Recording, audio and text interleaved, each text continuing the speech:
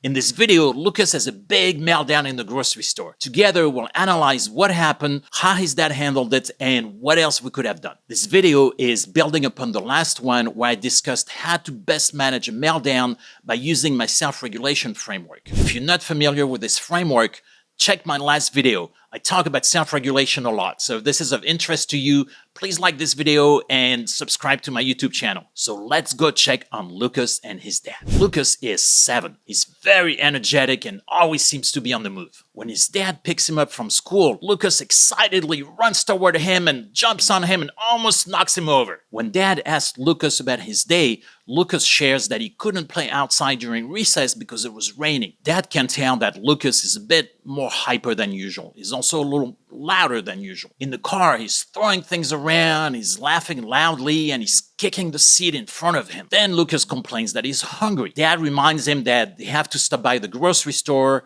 on the way home and that they'll get a snack from the store. Once in the store, Lucas becomes agitated again.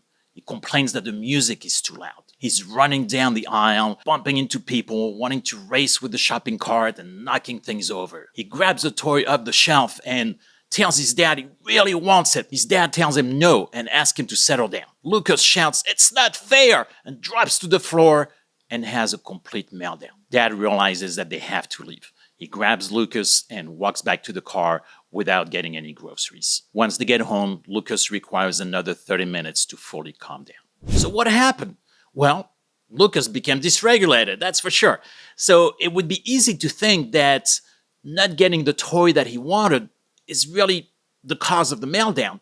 But really what happened is that not getting the toy was just what pushed him over the edge. So let's look at what could have contributed to him becoming dysregulated and having a meltdown. As we learned from past videos, a meltdown happens when the brain experiences a sensory overload. Let's look together at the self-regulation diagram that I use with my clients to help figure things out. Lucas didn't get to play outside at recess because it was raining.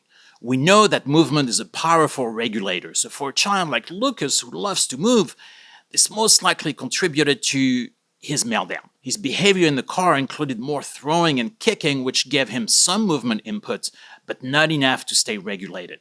It was an indication that his nervous system was becoming dysregulated. Physiological factors. Lucas complained that he was hungry. Neurodivergent kids tend to be more sensitive to physiological factors like being hungry or thirsty or cold or hot, so this could also have contributed. Sounds. Lucas complained of the music in the store being too loud. It's possible that Lucas is noise sensitive. He may be able to handle the music when he's calm, but not when he's already dysregulated. So Lucas gradually became dysregulated throughout the day. And by the time he was told that he couldn't have the toy that he wanted, his nervous system was already in a state of overarousal and he just couldn't cope anymore. Lucas didn't choose to have a meltdown. He wasn't looking to get attention, and he really has no idea why he's getting out of control physically or emotionally. So this is a very sad situation, and unfortunately one that happens frequently with neurodivergent kids and teens. So now that we understand a bit better why Lucas had a meltdown, is there anything else that his dad could have done differently? Well, there are 3 things that I can think of. When Dad found out that Lucas didn't get to play outside during recess, he could have tried to provide him with some movement activity, some movement inputs. Now, it may not have been possible if it was raining, but finding a way to prioritize some kind of physical activity to give Lucas some movement input could have made potentially a big difference. The next one would have been to try to give Lucas a snack as soon as he got in the car. And this potentially could also have made a difference. And not going to the store when Lucas was already dysregulated could also have made a big difference. Places like grocery stores can be really tough for kids who become dysregulated easily because there's potentially a lot of loud noises,